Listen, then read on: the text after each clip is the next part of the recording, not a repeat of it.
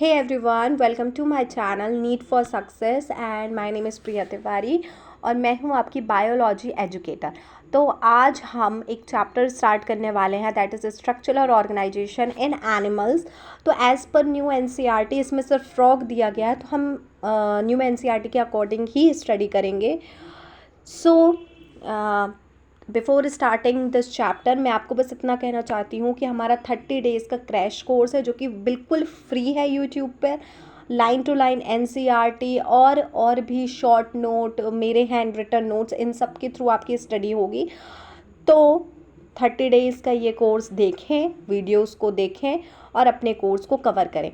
अगर आपको नोट्स की पीपीटी या कुछ भी चाहिए या कोई भी टॉपिक में प्रॉब्लम जा रही है या previous year questions, so you can comment me. Okay, so start this video. First of all हम रीड कर लेते हैं जल्दी जल्दी से, तो आपको बहुत अच्छे से समझ आ जाएगा। आई होप आपको स्क्रीन बिल्कुल क्लियर दिख रही होगी एंड मेरी वॉइस बिल्कुल क्लियर होगी। ठीक है, अगर आपको कोई और वॉइस आ रही तो please ignore these voices. Frogs can live on land and in fresh water and belong to class Amphibia of phylum Chordata. The most common species of frog found in India is Rana tigrina. तो इस चीज़ से हमें ये पता चल रहा है कि वो वाटर पे भी रह सकते हैं, लैंड पे भी रह सकते हैं। ठीक है, मतलब फ्रेश वाटर पर। और इनकी एम्फीबिया क्लास है, कॉर्डेटा फाइलम है, और जो हमारी मोस्ट कॉमन स्पीशीज़ है इंडिया में that is Rana टिग्रिना। Okay, they don't have constant body temperature. Their body temperature varies with the temperature of the environment. Such animals are called cold-blooded or poikilotherms. You might have also noted changes in the color of the frogs. While they are in grasses and on dry land, they have the capability to change the color to hide them from their enemies, camouflage. This protective coloration is called mimicry. You may also know that frogs are not seen during peak summer and winter. During this period, they take shelter in deep burrows to protect them from extreme heat and cold.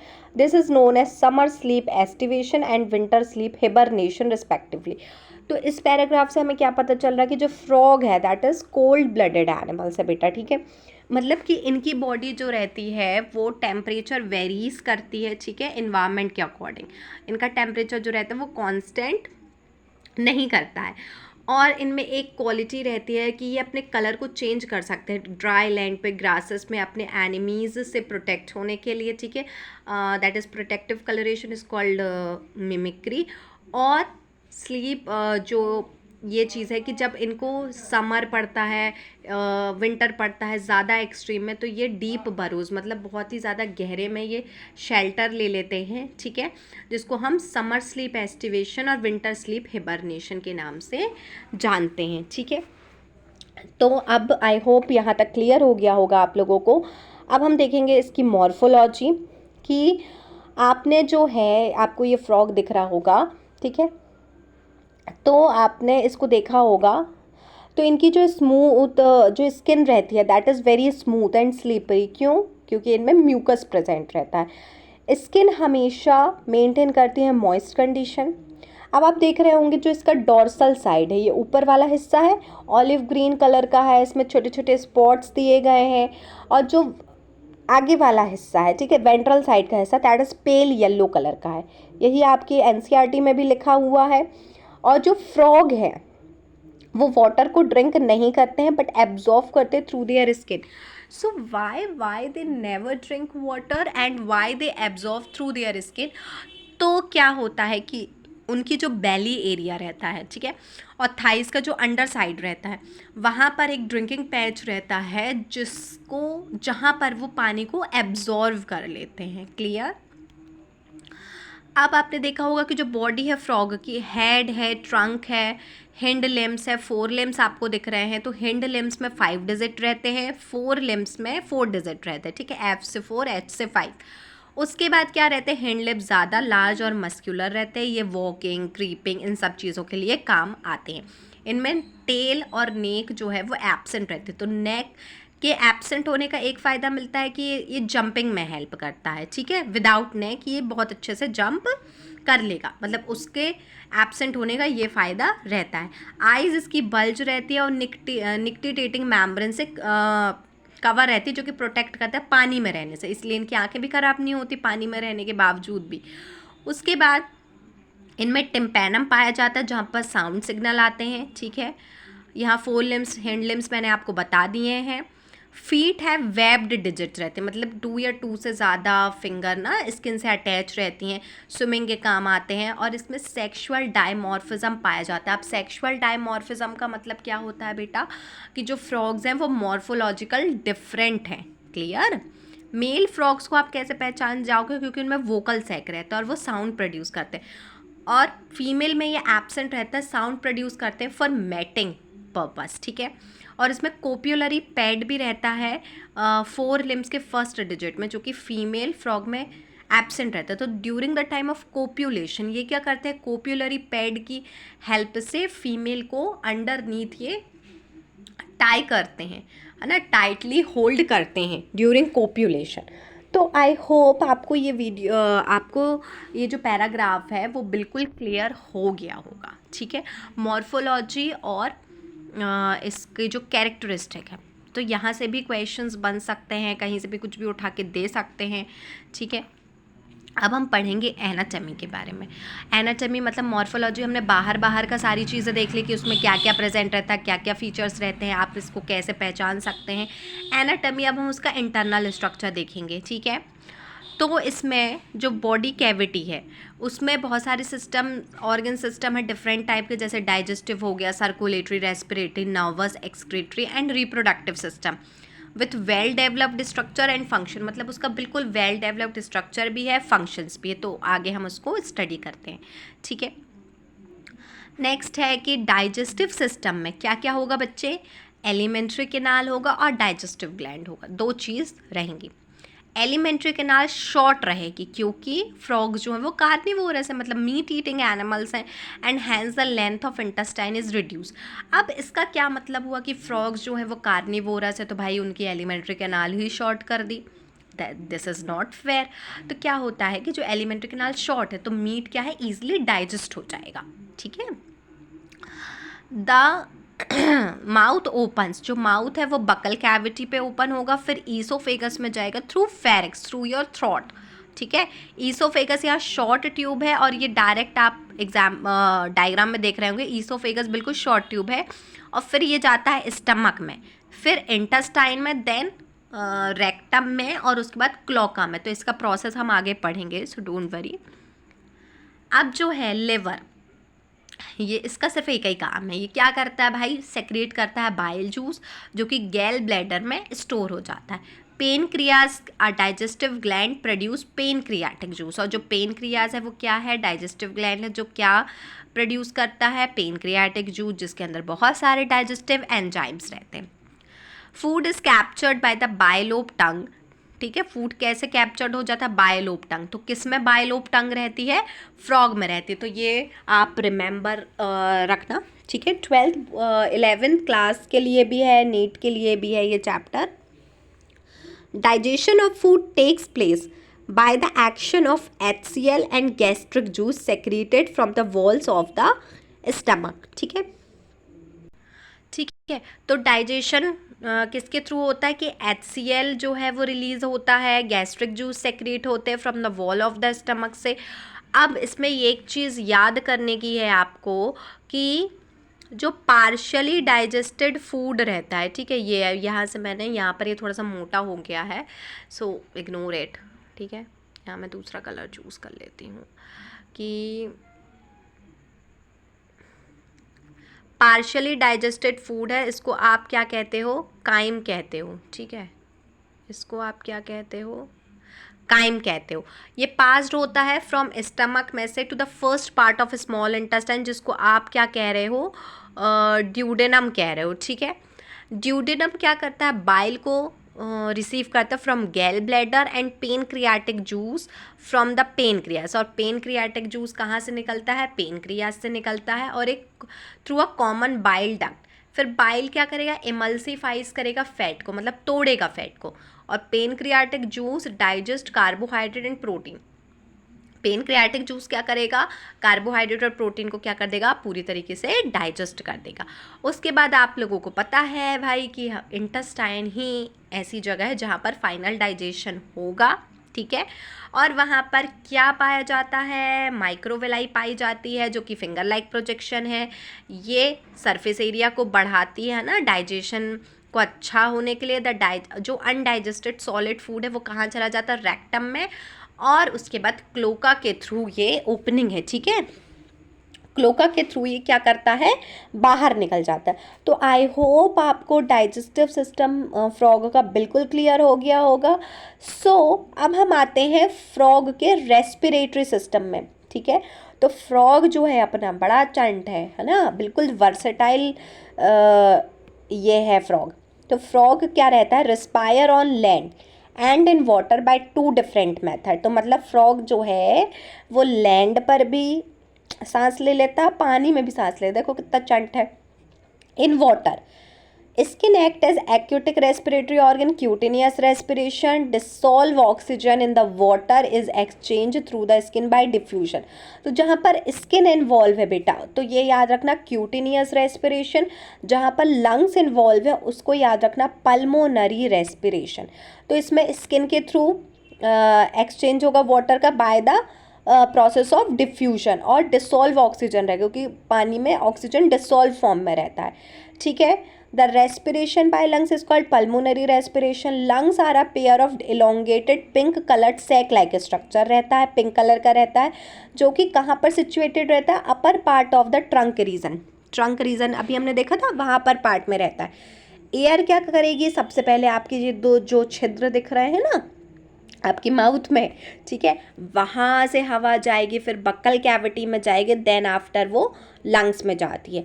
और सबसे important बात आप ये याद रखेंगे, during aestivation and hibernation के time पे, मतलब स्लीप, समर स्लीप साइकिल और विंटर स्लीप साइकिल में जो गैसेस हैं वो एक्सचेंज होती हैं through their skin. Okay, I hope it is very clear to you. Now we will study vascular system.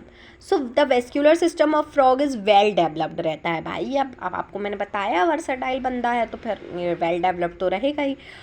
Frogs में लिम्फेटिक सिस्टम भी रहता है, ब्लड वेस्क्यूलर सिस्टम भी रहता है, जिसमें हार्ट रहता है, ब्लड वेजल्स, ब्लड रहेंगे। लिम्फेटिक सिस्टम में आपका lymph node, lymph channel, lymph रहेंगी। हार्ट क्या है? मस्कुलर स्ट्रक्चर है जो कि upper part of the body cavity में रहता है, और ये क्या रहता है? 3 चैम्बर रहते हैं। अब आप मुझे बताएंगे कि 4 चैम्बर किस में पाए जाते हैं, ठीक है, कमेंट सेक्शन पे ज़रूर बताएगा, ये आपके लिए क्वेश्चन है। फिर आपका है 2 एट्रिया रहेंगे, 1 वेंट्रिकल रहेंगे, और उसको बेटा कवर कर दिया जाएगा पेरिकार्डियम से, ठीक है।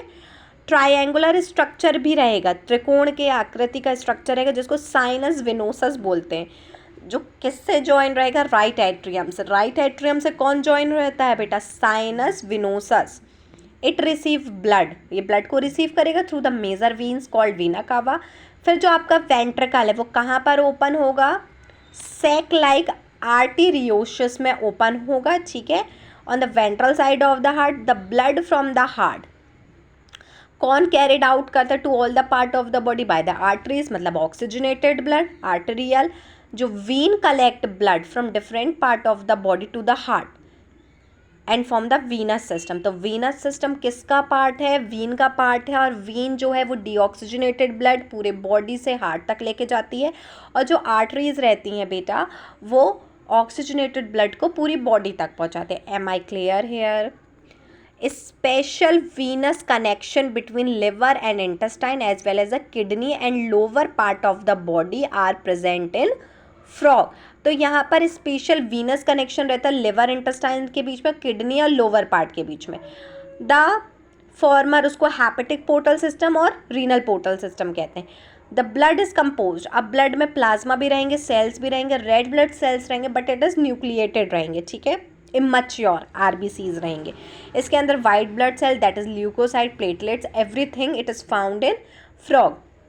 और आरबीसी में भाई क्या एक ही चीज़ रहती है, red coloured pigment which is called haemoglobin, that's why its colour is red and blood is a connective tissue, it does not contain fibre, याद रखना, ठीक है।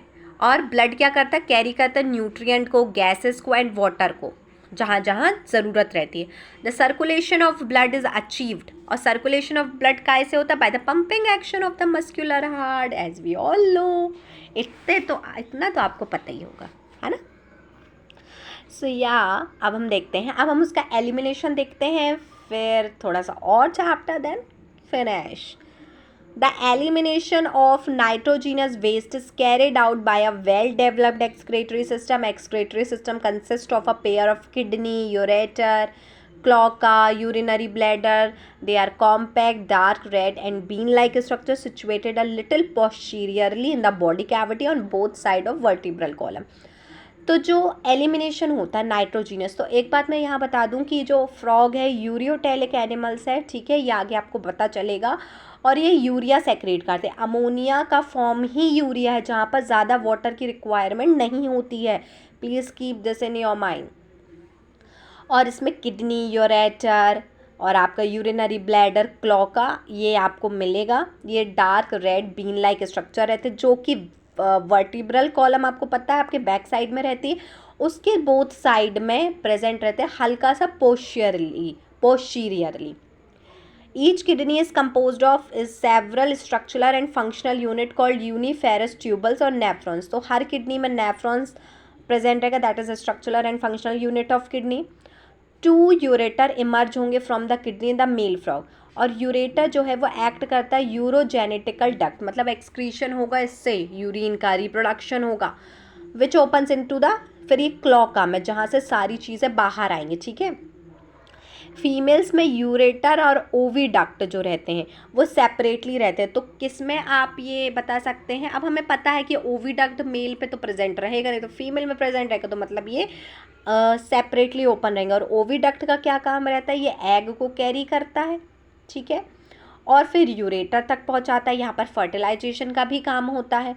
The thin walled urinary bladder, ये रेक्टम में प्रेजेंट रहती है, rectum के front पे, विच ऑल्सो ओपन, ये क्लोका में ही ओपन होती है। यूरिनरी ब्लैडर कहाँ ओपन होती है, क्लोका में। फ्रॉग जो है एक्सक्रीट करता है urea, and this is ureotelic animals, अभी मैंने आपको बताया था। एक्सक्रीटरी वेस्ट को कैरिड करता है ब्लड इनटू द किडनी, और वहाँ पर ये सेपरेटेड होते हैं और उसके बाद एक्सक्रीटेड हो जाते हैं, बाहर निकल लेते हैं। Clear, I hope it is very clear here. अब इसमें जो कंट्रोल और कोऑर्डिनेशन का रहता है वो हाईली इवॉल्व रहता है बेटा। इसमें neural system, endocrine gland, everything is present.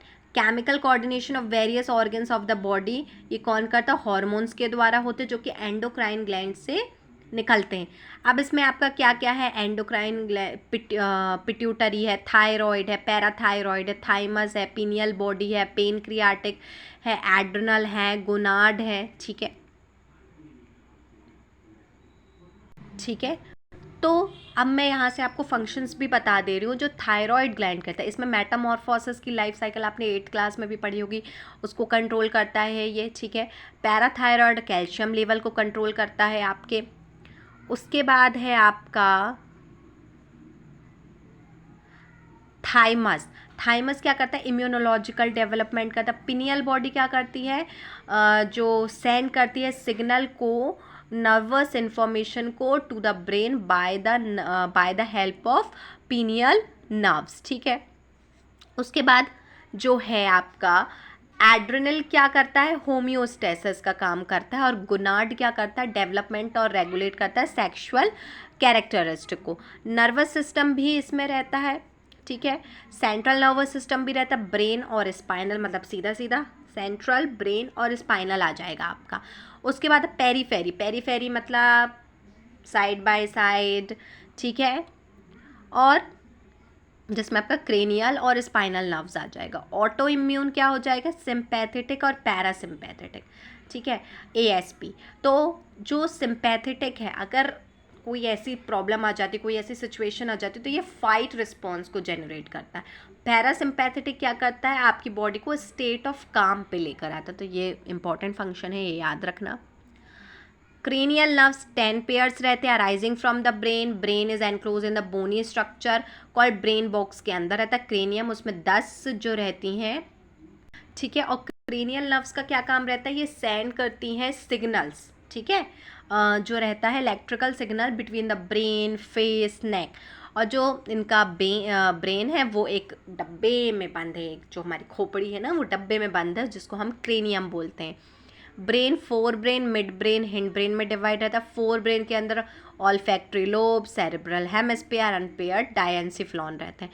Mid brain के अंदर a pair of optic lobes. Hindbrain के अंदर सेरेबेलम एंड मेडुला ऑब्लोंगेटा।